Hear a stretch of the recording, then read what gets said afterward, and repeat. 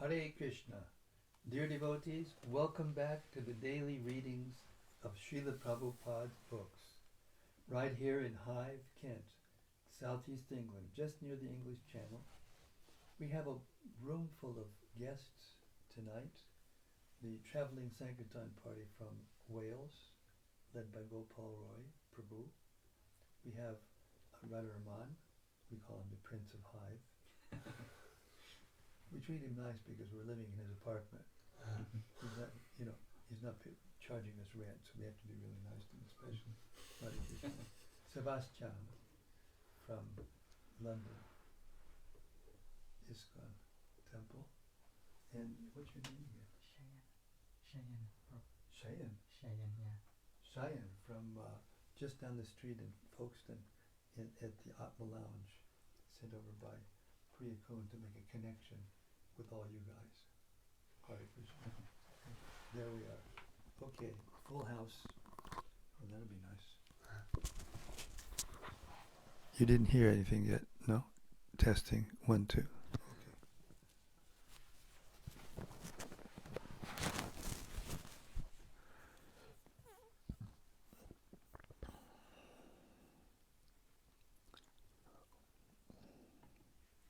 Srimad-Bhagavata Mahima Stotram by Srila Sanatana Goswami, written as the 107th obeisance of 108 obeisances Sanatana Goswami planned to offer to the Vrindavan pastimes of Krishna. The 107th obeisance is an obeisance to the Śrīmad-Bhāgavatam and glorifies the Bhagavatam as nicely as I've heard anywhere. It goes like this. Sarva Shastrabdi Piyusha Sarva Vedaika Satpala Sarva Siddhanta Ratnaja Sarva Lokaika Drik Prada. O nectar from the ocean of all scriptures, singular fruit of all the Vedas, rich mine of the precious gems of all conclusive truths, you are the only giver of sight to all the worlds. Sarva Bhagavata Purāṇa Śrīmad-Bhāgavata Prabho Kaligandwanduditaditya Sri Krishna Parivartita. O life air of all the Supreme Lord's devotees, O Master Śrīmad-Bhāgavatam, you are the sun risen in the darkness of Kali. You are the exact image of Sri Krishna. Paramananda Pataya Prema Varshakshadayate Sarvadha Sarvasevyaya Sri Krishnaya Namostume. I bow down to you who are supremely blissful to read. Your every syllable pours down a flood of prema. You can always be served by everyone. You are Sri Krishna himself. Madeka Bando Matsangin Madguru Man Mahadana Man Nistadaka Mad Bhagya Mad Ananda Namostude. My only friend, my constant companion, my spiritual master, my great wealth, my savior, my good fortune, my source of ecstasy, I bow down to you.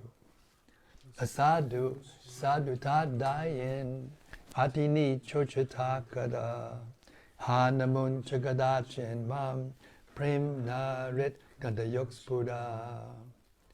O bestower of saintliness to the unsaintly, O exalter of the most fallen, please never leave me. Always appear in my heart and my voice with pure love. Om Namo Bhagavate Vasudevaya. Om Namo Bhagavate Vasudevaya. Om Namo Bhagavate Vasudevaya. Om Namo Bhagavate Vasudevaya. Om Namo Bhagavate Vasudevaya. Om Namo Bhagavate Vasudevaya. So, we've reached the 4th chapter of the 2nd canto of Śrīmad-Bhāgavatam, the process of creation. And we're starting with text 19. Shukadev Goswami is continuing to speak to Parikshit Maharaj. He is the Super Soul and the Supreme Lord of all self-realized souls. He is the personification of the Vedas, religious scriptures, and austerities. He is worshipped by Lord Brahma and Shiva, and all those who are transcendental to all pretensions. Being so revered with awe and veneration, may that Supreme Absolute be pleased with me. Purport. The Supreme Lord, the personality of Godhead, although the Lord of all followers of different paths of self-realization, is knowable only by those who are above all pretensions. Everyone is searching for eternal peace or eternal life, and with an aim to this destination, everyone is either studying the Vedic scriptures or other religious scriptures, or undergoing severe austerity as empiric philosophers, as mystic yogis, or as unalloyed devotees, and so on. But the Supreme Lord is perfectly realized only by the devotees, because they are above all pretensions. Those who are on the path of self-realization are generally classified as karmis, jnanis, yogis, or devotees of the Lord. The karmis, who are much attracted by the fruitive activities of the Vedic rituals, are called bhukti kamis, or those who desire material enjoyment. The jnanis, who try to become one with the Supreme by mental speculation, are called mukti kamis, or those who desire liberation from material existence.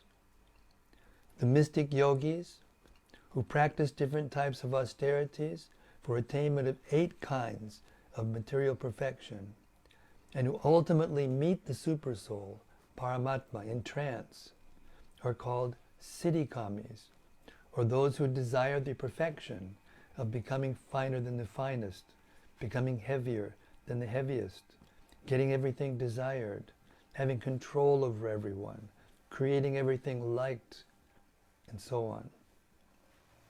All these are abilities of a powerful yogi, but the devotees of the Lord do not want anything like that for self-satisfaction.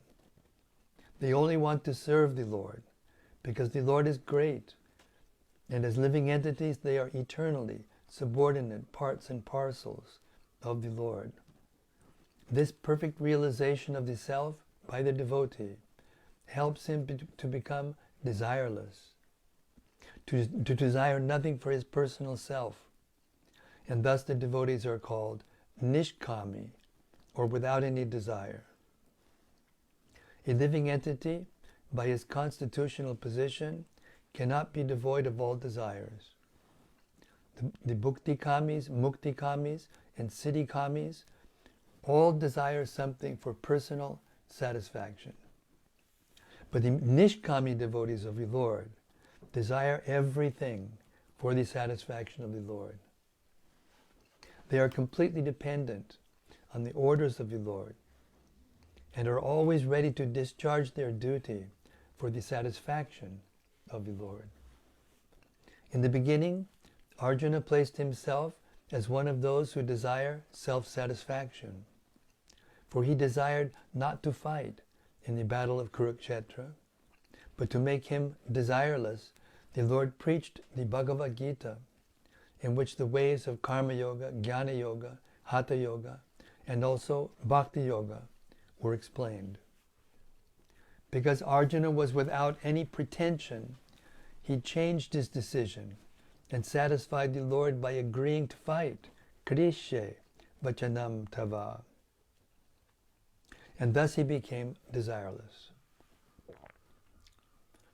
The examples of Brahma and Lord Shiva are specifically cited here, because Brahmaji, Lord Shiva, Srimati Lakshmiji, and the 4 Kumaras, Sanaka, Sanatana, and so on, are leaders of the 4 desireless Vaishnava Sampradayas. They are all freed from all pretensions.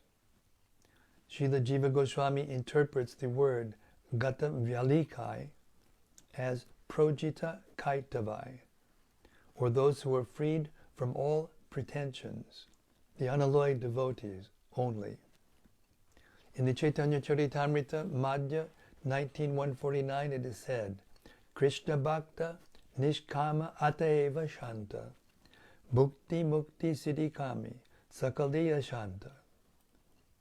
Those who are after fruity results for their pious activities, those who desire salvation and identity with the Supreme, and those who desire material perfections of mystic power, are all restless because they want something for themselves. But the devotee is completely peaceful because he has no demand for himself and is always ready to serve the desire of the Lord. The conclusion is, therefore, that the Lord is for everyone because no one can achieve the result of his respective desires without his sanction. But as stated by the Lord in the Bhagavad Gita 7:22, all such results are awarded by him only.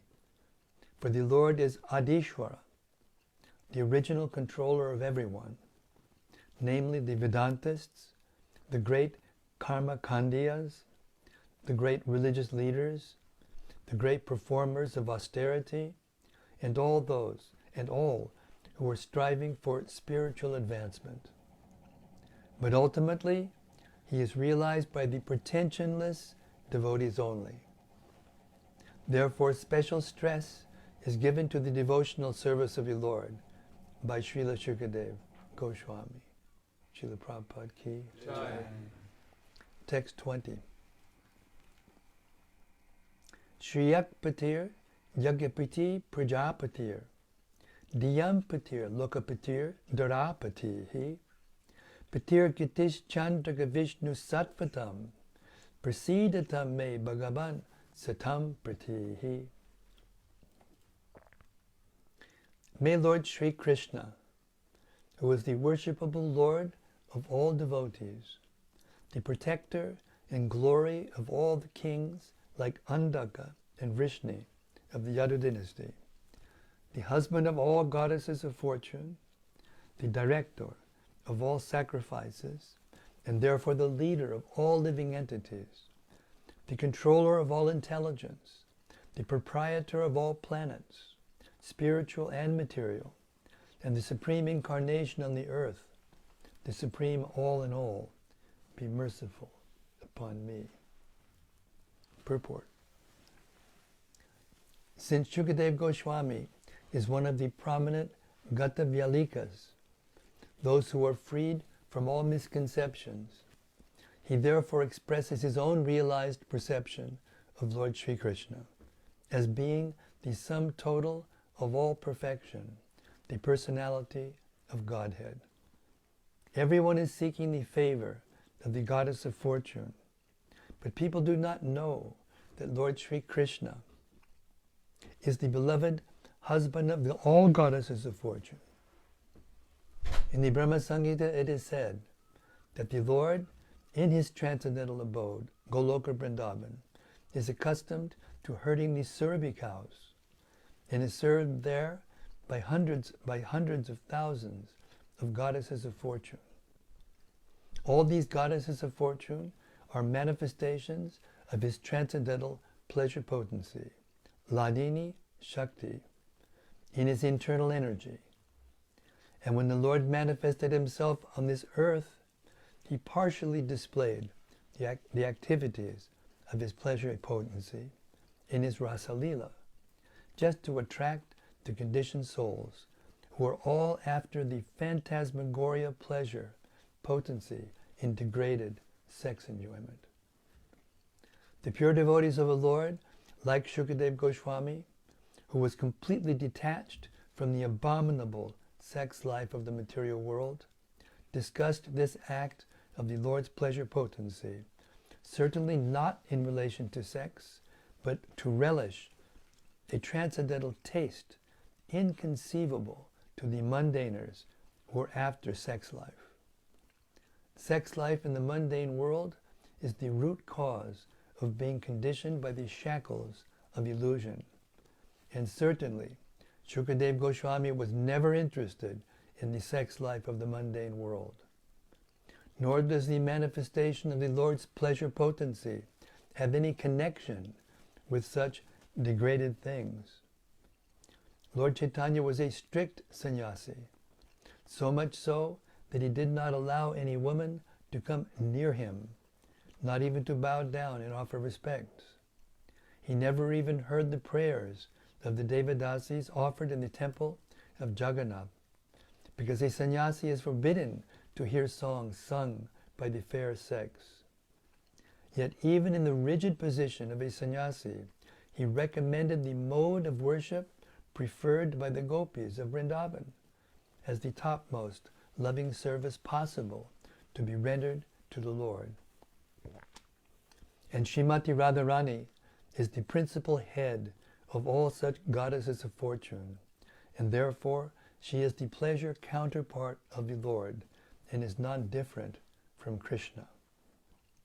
In the Vedic rituals, there are recommendations for performing different types of sacrifice in order to achieve the greatest benefit in life. The benedictions that result from performing great sacrifices are, after all, favors given by the goddess of fortune, and the Lord, being the husband or lover of the goddess of fortune, is factually the Lord of all sacrifices also. He is the final enjoyer of all kinds of yajna. Therefore, Yagyapati is another name of Lord Vishnu. It is recommended in the Bhagavad Gita that everything be done for the Yagyapati, Yagyartat Karmana, because otherwise one's acts will be the cause of conditioning by the laws of material nature. Those who are not freed from all misconceptions, Vyalikam, perform sacrifices to please the minor demigods. But the devotees of the Lord know very well that Lord Sri Krishna is the supreme enjoyer of all performances of sacrifice. Therefore they perform the Sankirtan Yagya. Shravanam Kirtanam Vishnu, which is especially recommended in this age of Kali.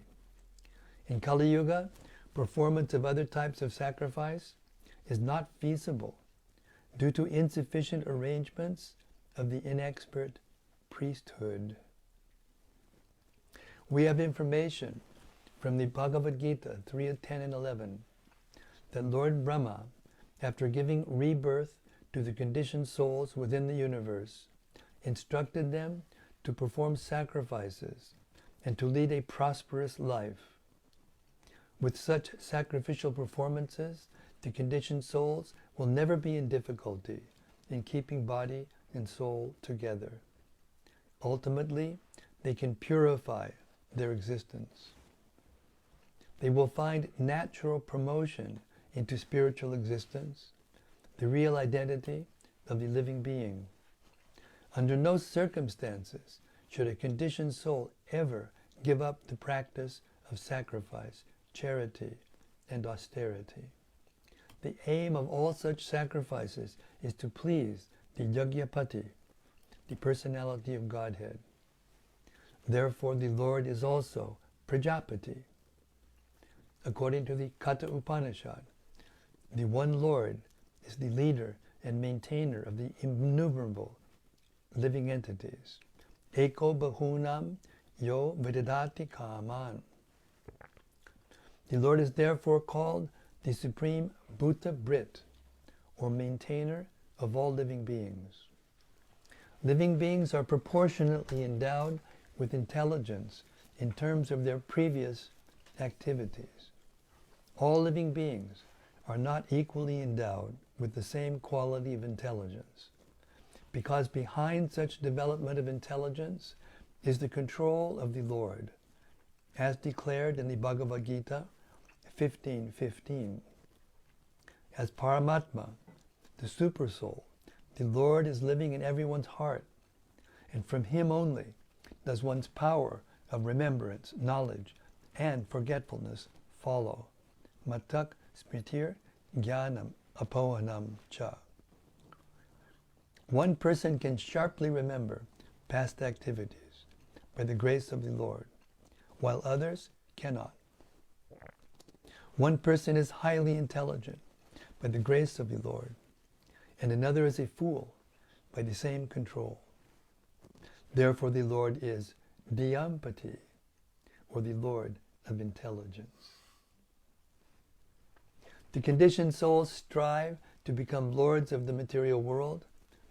Everyone is trying to lord it over the material nature by applying his highest degree of intelligence. This misuse of intelligence by the conditioned soul is called madness. One's full intelligence should be applied to get free from the material clutches. But the conditioned soul, due to madness only, engages his full energy and intelligence in sense gratification. And to achieve this end of life, he willfully commits all sorts of misdeeds.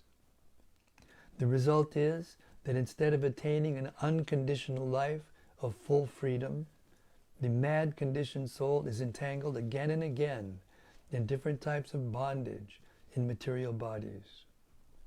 Everything we see in the material manifestation is but the creation of the Lord.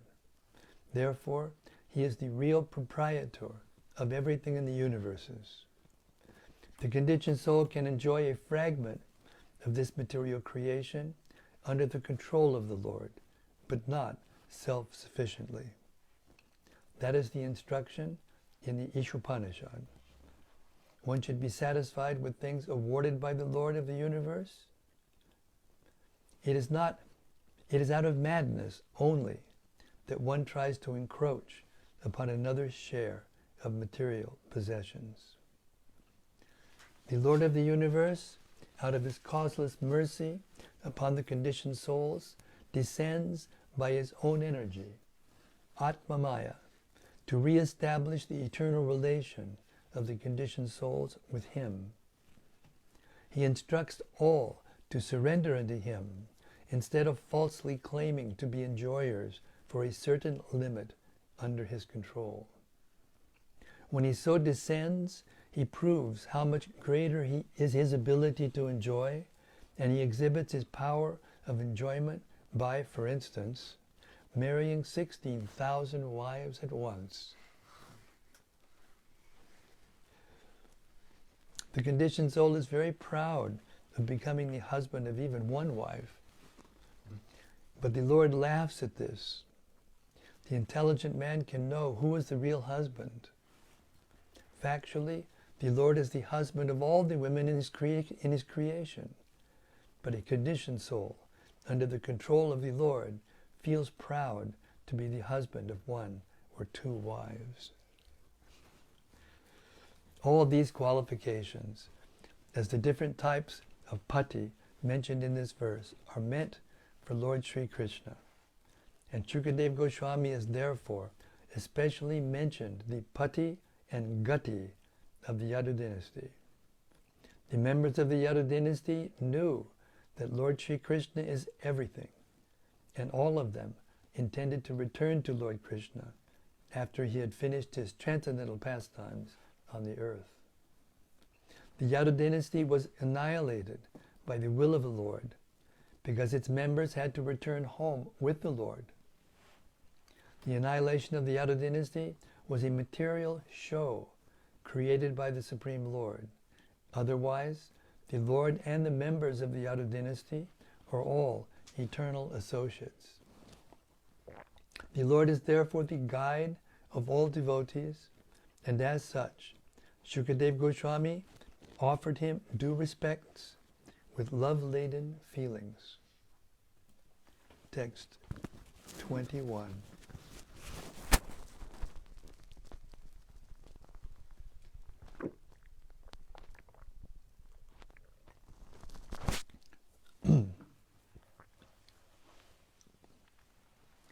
It is the personality of Godhead, Sri Krishna, who gives liberation.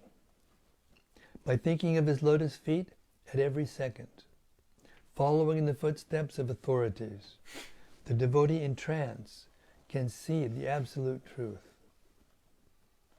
The learned mental speculators, however, think of him according to their whims. May the Lord be pleased with me.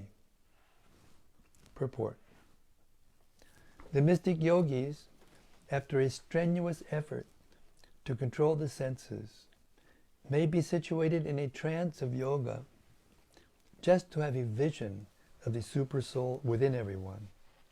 But the pure devotee, simply by remembering the Lord's lotus feet at every second, at once becomes established in real trance, because by such realization, his mind and intelligence are completely cleansed of the diseases of material enjoyment.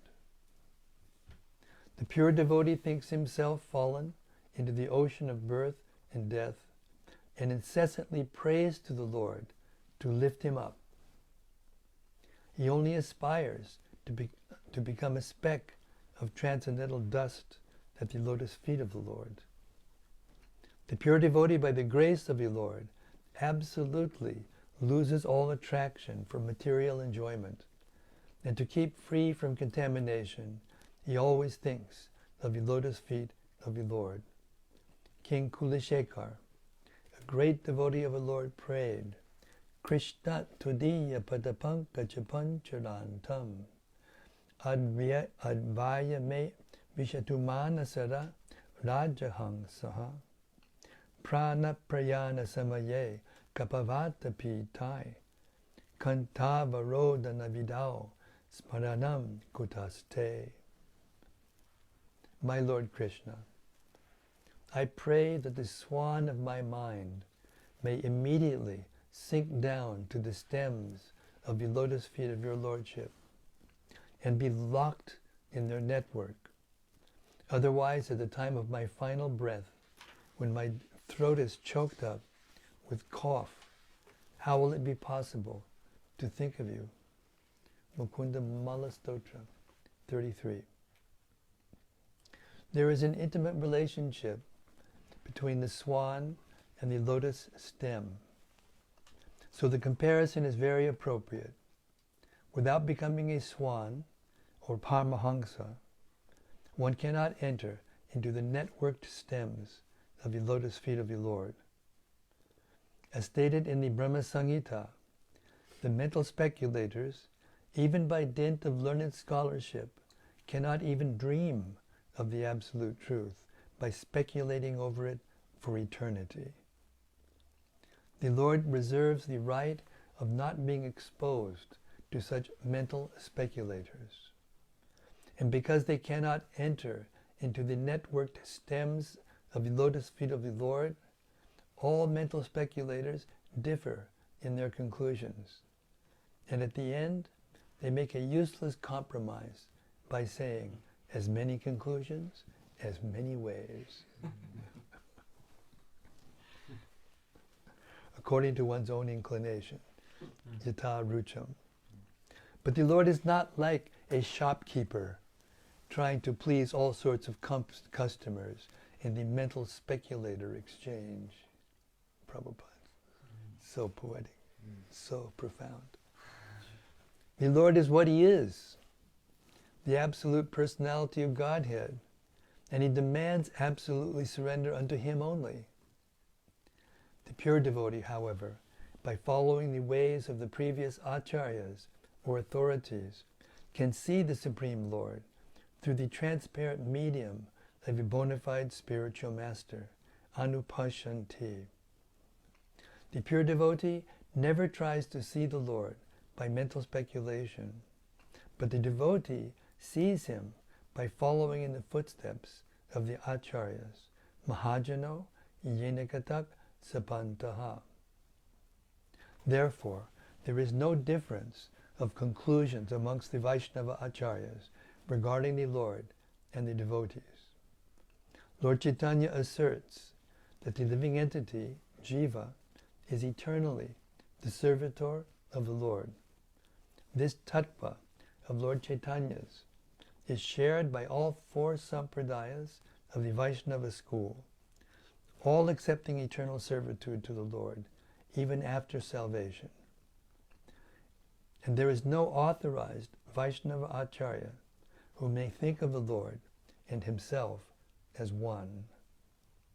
This humbleness of the pure devotee, who is 100% engaged in his service, puts the devotee of the Lord in a trance by which to realize everything, because to the sincere devotee of the Lord Lord reveals himself, as stated in the Bhagavad Gita 10:10.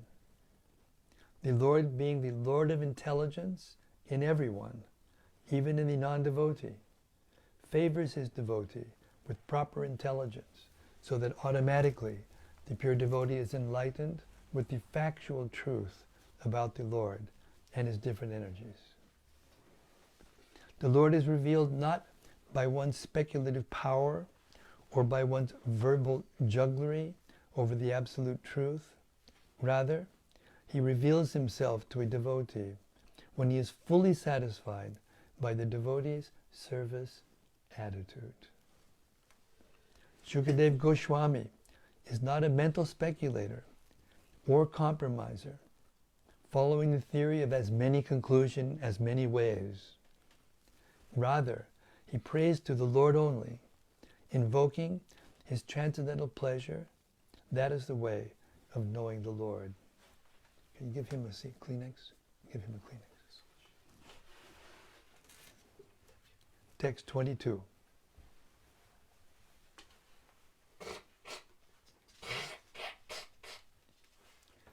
May the Lord, who in the beginning of the creation amplified the potent knowledge of Brahma from within his heart and inspired him with full knowledge of creation and of his own self, and who appeared to be generated from the mouth of Brahma, be pleased with me.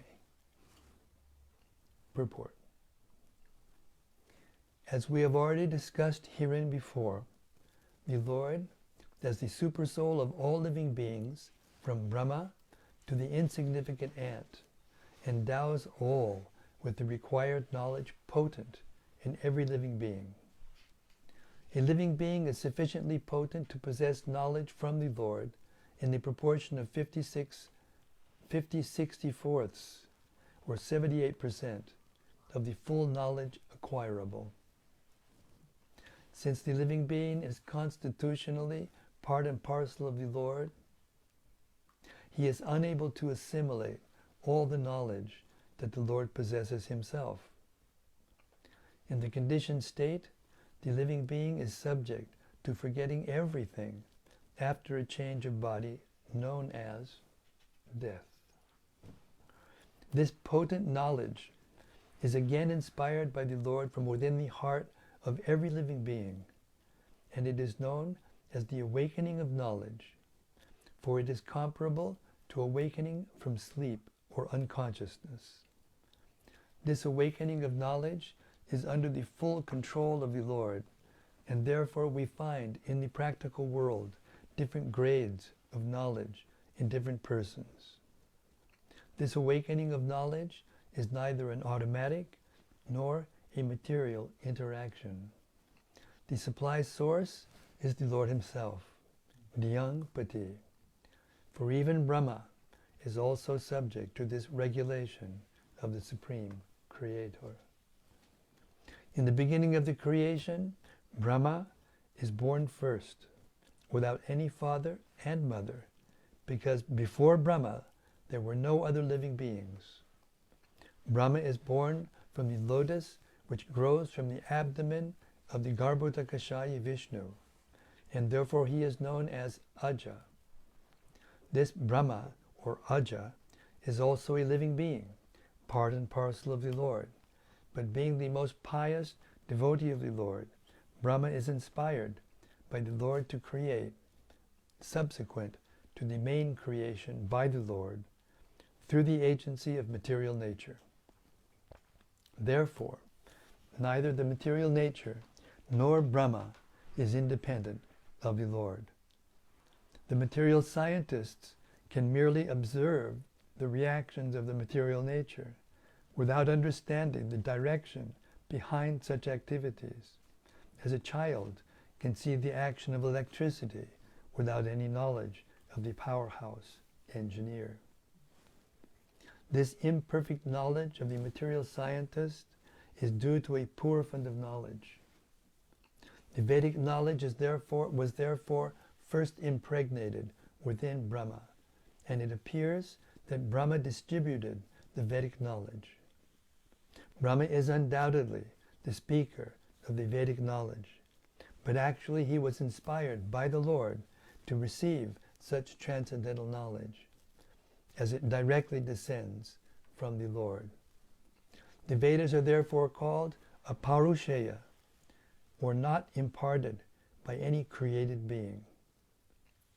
Before the creation, the Lord was there, Narayana Padobhyaktat, and therefore the words spoken by the Lord are vibrations of transcendental sound. There is a gulf of difference between the two qualities of sound, namely prakrita and aprakrita. The physicist can deal only with prakrita sound, or sound vibrated in the material sky. And therefore we must know that the Vedic sounds recorded in symbolic expressions cannot be understood by anyone within the material The physicist can deal only with the prakrita sound, or sound vibrated in the material sky, and therefore we must know that the Vedic sounds recorded in symbolic expressions cannot be understood by anyone within the universe unless and until one is inspired by the vibration of supernatural, aprakrita sound, which descends in the chain of disciplic succession from the Lord to Brahma, from Brahma to Narada, from Narada to Vyas, and so on. No mundane scholar can translate or reveal the true import of the Vedic mantras, hymns. They cannot be understood unless one is inspired or initiated by the authorized spiritual master. The original spiritual master is the Lord himself, and the succession comes down through the sources of Parampara, as clearly stated in the 4th chapter of the Bhagavad Gita. So unless one receives the transcendental knowledge from an authorized Parampara, one should be considered useless, nishpala mataha, even though one may be greatly qualified in the mundane advancements of arts or science. Shukadeva Goswami is praying to the Lord by dint of being inspired from within by the Lord, so that he could rightly claim, rightly explain the facts and figures of creation as inquired by Maharaj Parikshit. A spiritual master is not a theoretical speculator like a mundane scholar, but is Shrotriyam Brahmanishtam, expert in understanding the Vedic conclusion in disciplic succession, and therefore constantly engaged in the service of the Lord. Hare Krishna. So we're almost at 8 o'clock, believe it or not. How did that happen? Hare Krishna. We'll stop our reading there for tonight and welcome the devotees. Reflections. So we can examine them and relish them. Hare Krishna. He's always first.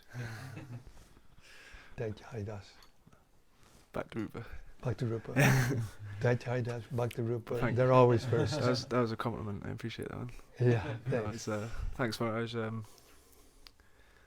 amazing. Like, just the words coming alive, you know, in the room with you. But I just love all that part that they were saying about the Prabhupada was saying about the Sankirtan Yagya, and like by performing these sacrifices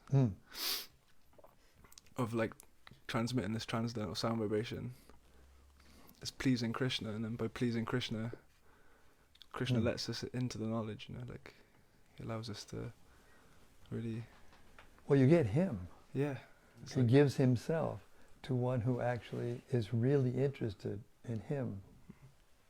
And therefore, the word in the Gita is yomam evam asamuto janati purushottamam. In other words, if you can accept Krishna as the Supreme Personality of God without doubting, asamudho means without doubting, then sasarva vitpajanti mam sarva bhavina bharata. You are to be known as the knower of everything. So how is that? Because Krishna knows everything. And if you please him by accepting him for what he is, then from within the heart he said, yeah, okay, listen to this. What about this? What about it? And he gives you knowledge from within the heart. Your vision changes, everything changes. So even if you can't know everything that Krishna knows spontaneously, it's not possible. He's unlimited and we're limited. You can know enough. By Krishna's grace, you can know enough about him to fall in love with him, to be attracted with him, to be attached to him, and fall in love with him. And therefore, he's attracted. We hear a lot about how we have to be attracted to Krishna, but we have to be attractive to Krishna. We have to attract Krishna. And the attraction is natural, because we're both eternal, spiritual living beings. But one is a little tiny part, and the other is the whole. And the part's natural duty is to serve the whole. So even if you just turn your face to Krishna and like to hear something about him, even if you're not fully qualified, even if you don't know everything, he becomes so satisfied within the heart that even though we keep our heart not clean, what kind of hosts are we? You know? He, as soon as we turn our face to him and just like to hear about him, just even a little bit, he says, okay, and he gets the broom out and starts cleaning the place where he sits in the heart.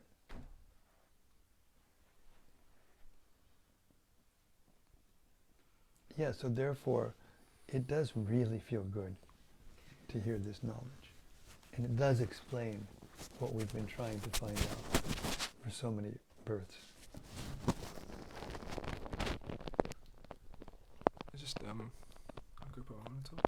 No, I was because we keep bumping into Christians on the street.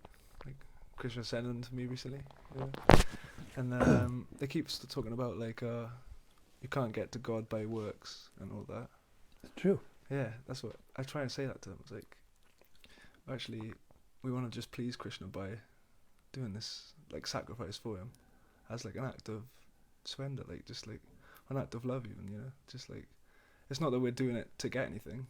Exactly. But they can't get their heads around it. Like exactly. It's bizarre. Yeah. Therefore, you have to be very patient, and you have to go one to another, until you find one that can actually get it. Yeah. Yeah. And put your energy there. Or not that you don't put your energy into everyone, but you especially, particularly, invest your energy there. That's the efficient way, most efficient way. We need an army. No doubt. Whenever I'm in this room with you all, I'm reminded of, you know, when there were hundreds and hundreds of us going out in the streets in America, and how the movement exploded, you know, as a result. And it can still be done. And you guys are doing it and setting such a good example. We're trying to follow in your footsteps in London.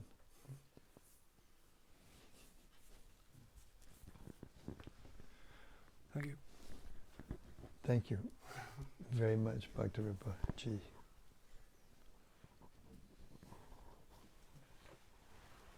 This is Gopal Roy, the Sankirtan leader of the Welsh Yatra. Hare Krishna.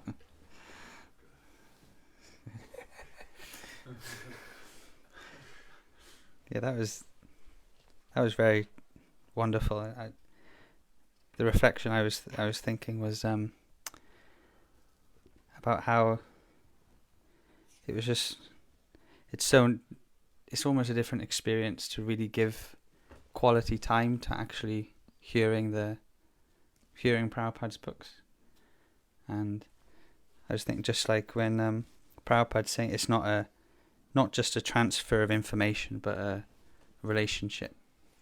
And I was reflecting how Sukadeva Goswami is saying these prayers, and before you do the reading every evening, you say these prayers to the Bhagavatam. And I know you even took a moment to, seem to be pray to Prabhupada, and when you did your introductory talks, I remember in Cardiff, you would take some time to offer these prayers. And I was just reflecting on the importance of offering prayers and giving that relationship to Krishna, and seeing how it's not just information, but actually all about the relationship, and that was something. You're glorifying Krishna. Therefore, it is awakening the relationship. Mm.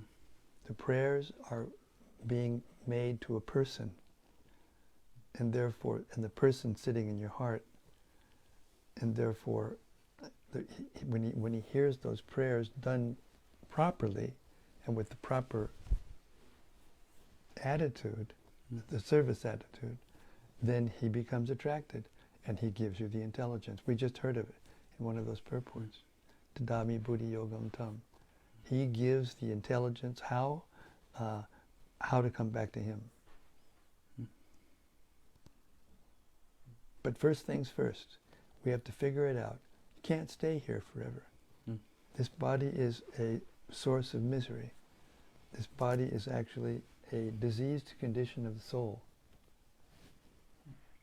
So as long as you're identifying with the body, you can't hear it. As he was saying, the questions he's getting nowadays, Bhakti-Rupa was saying. A person can't hear unless they have some idea of the difference between matter and spirit. Therefore, right from the get-go, now we're talking about the creation, then he'll talk about the soul's spiritual identity in relationship to the supreme spiritual identity and the spiritual world, and he put all the pieces together, and then you get a picture. But you can't get the picture unless you've awakened at least a desire to understand, what to speak of want to please Krishna. I had a question. I was thinking of, as well, when the first verse we read about, you can't understand the Lord unless you're free from all pretensions. Yes, wonderful. And about the different karmis and different desires that you might have that seem to obstruct you from understanding the Lord. And I was wondering, but such people, if they hear the pure devotee, like in Prabhupada's purports, hearing the truth, that removes these What is pretension? I thought it's Karmendriyani samyamya ya aste manasas smaran indriyartan vimuratma prasade sabida. No. What's the last line of that verse? Karmendriyani samyamya ya aste manasas indriyartan vimuratma mityachara sa uchite. Mityachara uchite means pretender. And what does it mean? Karmendriyani samyamya yaste manasa smaran. You're doing one thing outside and you're doing another thing inside. You're saying, you're flattering the person, and inside you're wending into his wallet or get into whatever. And you know. And everybody is doing that with everyone else in the material world in general. That's called pretension. They're pretending. They're pretending to be nice. They're pretending to be knowledgeable, pretending to be, your best well-wisher, so you'll vote for them, in all these things. But in their hearts, they only want something from you. That's all they're thinking about. And that's why they can't get it. Because you're not doing this for that reason. But they are, and therefore they can't understand.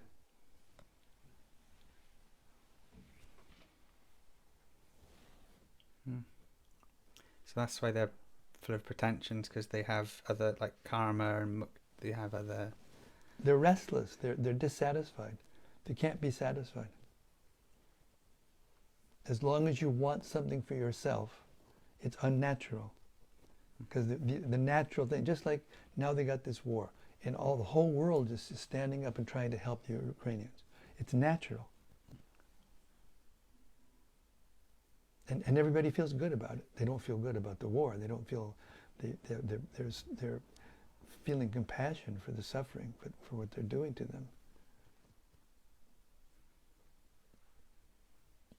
So sometimes it takes something strong to shock us into this realization. As long as we are struggling ourselves with suffering, it's hard to see how the other persons are suffering. But when something happens that's obvious that these persons are suffering a lot more than me, then we see that and we want to help. That's the natural tendency of the soul. But that's still mundane. Only if we find out who we are, find out who God is, find out what this material energy is. Now we're hearing about it in this chapter, the creation of the material world. Can we get some idea of how it all fits together? That's why it's very important to read the books like this and discuss them. Threadbare, Prabhupada said that. Because we get to see it from all different angles of vision. And then we get to see how it all interrelates. You know, how the verses fit together.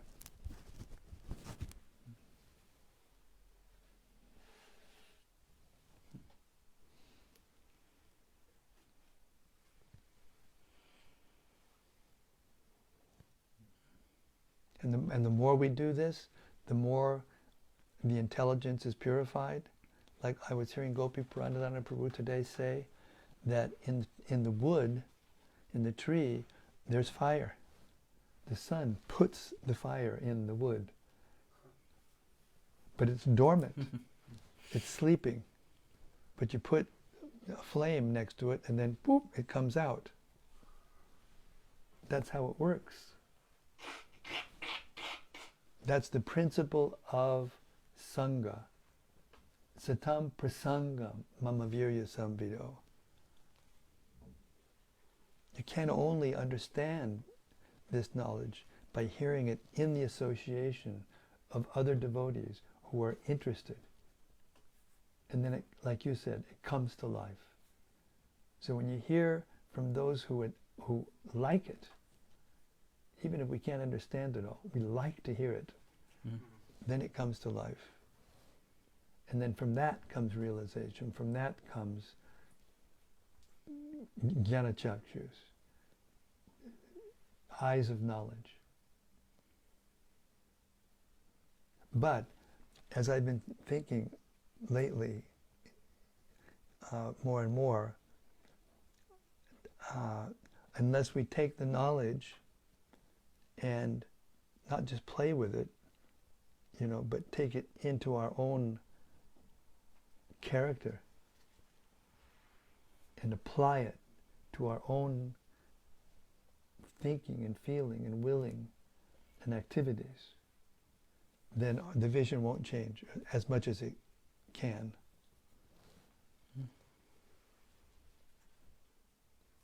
Therefore, when we become free from suffering, or let's put it another way, when we actually realize that we're suffering, you know, and get some relief from it, then we can see the suffering of others and want to help. That is the principle of what the three words of charity, austerity, and penance. They should not be given up by anyone. no matter how nicely you're situated, no matter how advanced a devotee you are, you should never give up giving, charity, being charitable with others. And what we have to give, what do we have to give? We don't have any money, but we have this knowledge to give. The more you give this knowledge, the more that knowledge will activate in your heart. And therefore, by your Sangha, you can bring out that change of heart that's necessary. Yeah.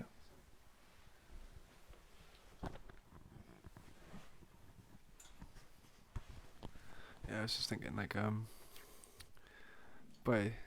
because we're all tuning in to you every night, right? So we're putting our wood next to your fire, and then we just take that out on the street. So like you're helping us put logs on there. You know what I'm saying? Listen, I'm just like, I'm just like the guy in the. Of course, I don't think they have these kinds of trains anymore, but they used to have them with the shovel and,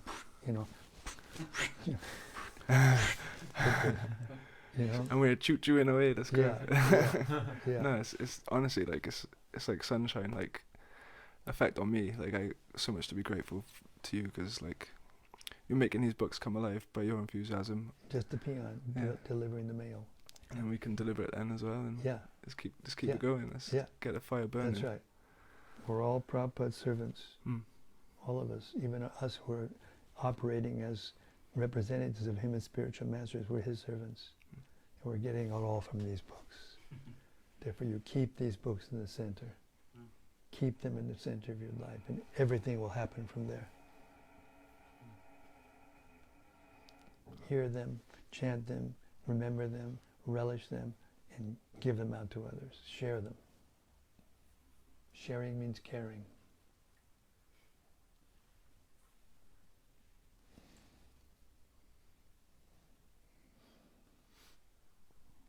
So that's why we want to advance in devotional life. Not for ourselves, but so that we can help others, so we can awaken the taste in others.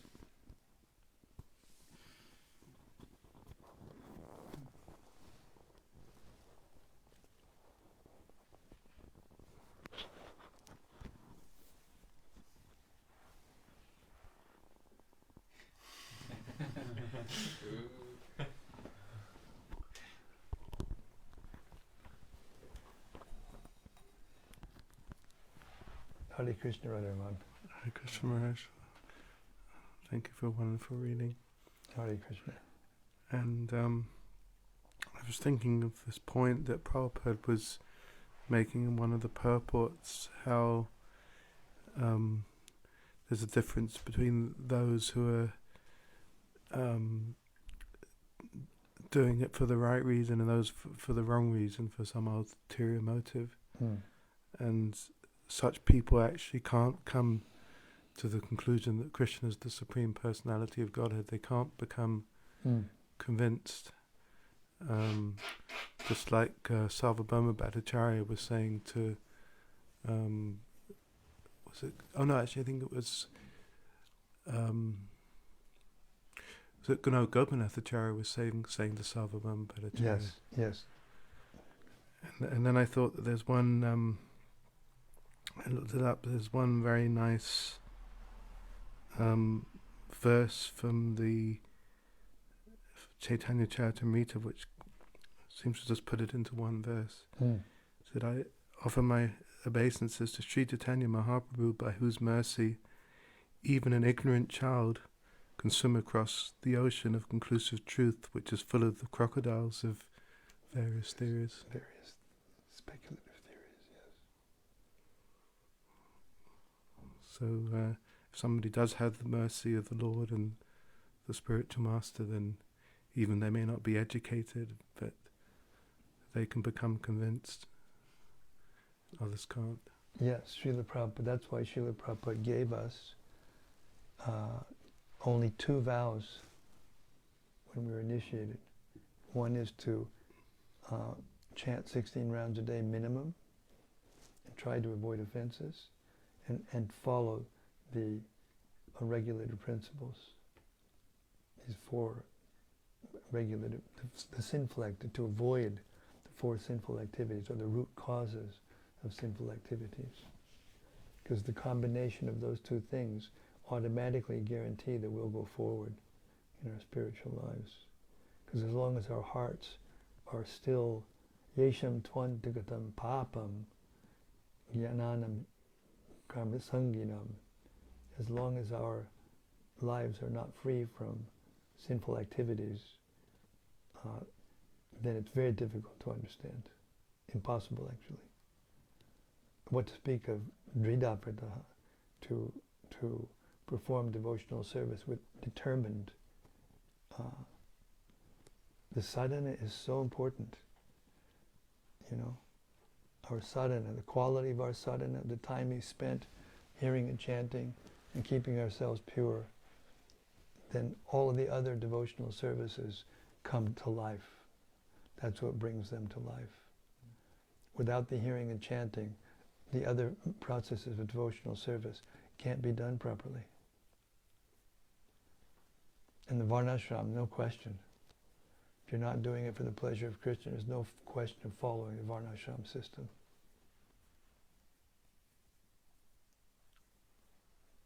Thank you. Hare Krishna. Do we have something from out in cyberspace so everyone doesn't feel left out?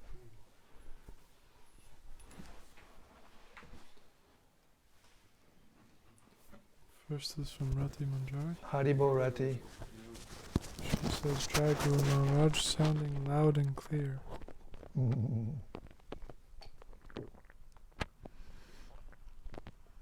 And from Bhakta Christopher. Haribo Bhakta Christopher.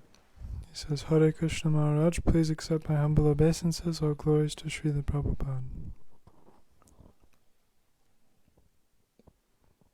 And from Gopakanya All Devi glories Dasi. to His divine grace. From Gopakanya Devi Dasi.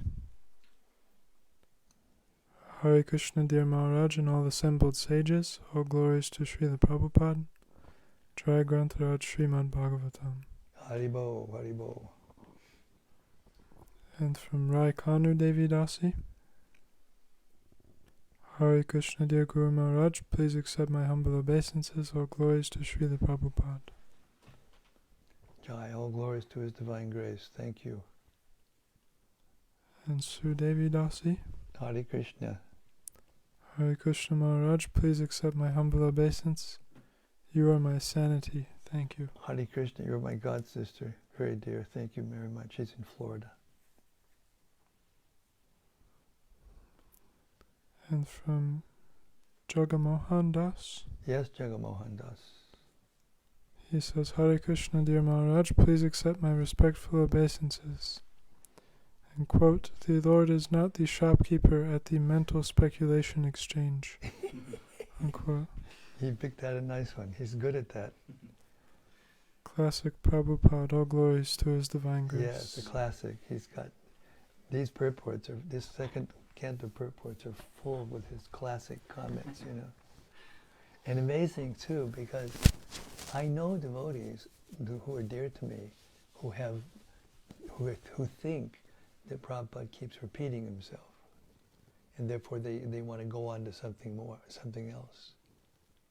But Prabhupada isn't repeating himself. He is, because we need to hear the basics. Because if we don't, what will happen? We'll forget them. 100% sure. Sure as death, time causes us to forget everything. So you have to hear these books and hear Prabhupada's books, because they give the basics from all different angles of vision and keep us clear on the basics. Because without the basics, you can't build. The basics are like the foundations of the house of bhakti. So if you want to build a skyscraper, meaning you want to go high in devotional consciousness, you have to make your foundation deep. Dig the foundation deeper. The higher the building wants to go, you have to put a bigger foundation underneath, so it won't fall over. So it's a misconception that Prabhupada just repeats himself.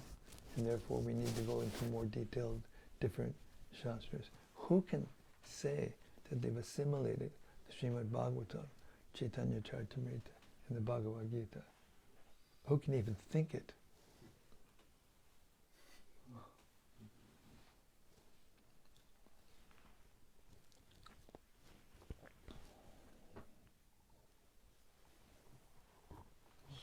So there was a story that I was going to repeat in relation to what we were saying earlier. Maybe Gopal can help me remember the details of this, because he's also heard Ravinda Swarup Prabhu's classes on spiritual reform and other things. He tells this story that because he was in the position, as you know, previously of studying this kind of stuff from the academic point of view before he met Prabhupada, and then he met the devotees on, I don't know if it was on the street or somewhere, and they were distributing the same Sri Upanishad that he was studying with the academics, and they were preaching to him and getting him to meet, wanting to meet Prabhupada, and he said, yeah, it was like, because he's obviously was an honest person, and he said, yeah, I was hearing the truths from the mouths of babes, and he could straight away understand the difference between hearing from those that weren't scholars but that were actually convinced, and the mundane professors that he was hearing from. What was the quote? The mental, the exchange.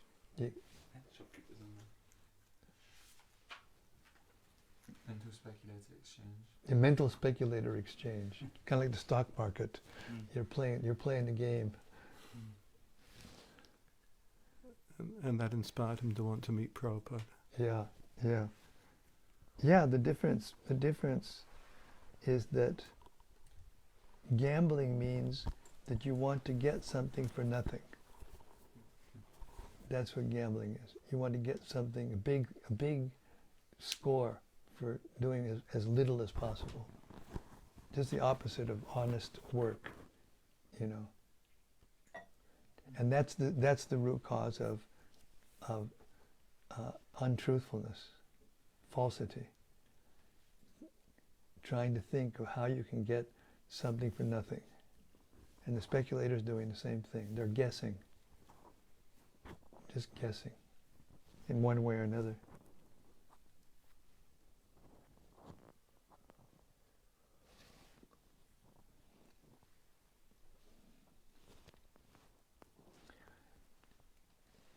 We'll end our daily readings of Śrīmad-Bhāgavatam today. It's 8:25. It's getting late. And stay regulated as part of our devotional lives. Early to bed, early to rise. Early to bed, early to rise makes a man healthy, wealthy, and wise. Helps your Sankirtan. Hare Krishna.